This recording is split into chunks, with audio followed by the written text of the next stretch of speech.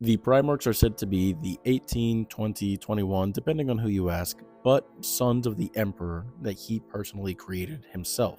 And yes, created because they were manufactured in the lab before they ended up becoming what we know them as today. But what about any true-born biological children of the Emperor himself? This was a question that one of my friends recently asked, and I want to dive into it just ever so briefly. The Emperor, as we know, is immortal, and he's been alive for an extremely long time.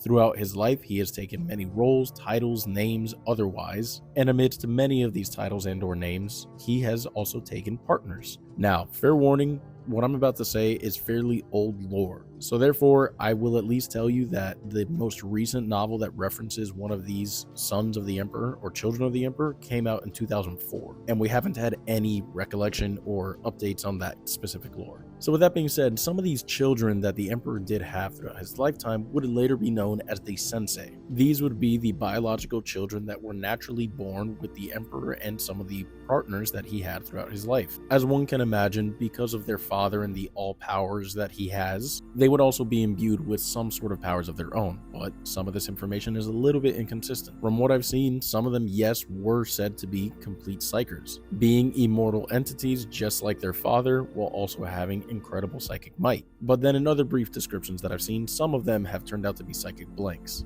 Additionally, the Sensei can be said to be part of the Star Child. After all, they are the offspring of the Emperor and even contribute to the theory of what the Star Child is and what it may come to be. Just for a quick side reference, the Star Child is supposedly the soul of the Emperor of mankind. But now going back to the Sensei, they have also operated within the shadows. Supposedly, amongst their living and their immortal lives, they go on to fight against the forces of chaos, or just any form of oppression. So as you can see, these children of the Emperor, known as the Sensei, tend to have a lot of varying qualities. They are fully autonomous individuals that have their own beliefs and their own goals, and they go about living their lives in their own manner.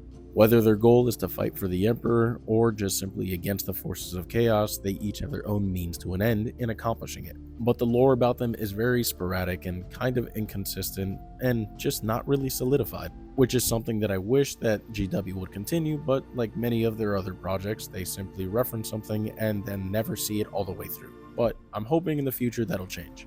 I think they pose a really cool concept as to how the direction of the lore can go further, as well as they will potentially expand other options as to what can be done for the Emperor, seeing as now he's on the Golden Throne. But if you want me to be completely honest, I'm extremely doubtful of that, seeing as Primarchs sell money and most people don't even know this exists. Or at least, I assume they don't know this exists. But with that being said, thanks as always guys for listening, and I hope you all enjoyed this video. Drop a comment if there's anything you want to hear about next, and as always, remember to follow for more.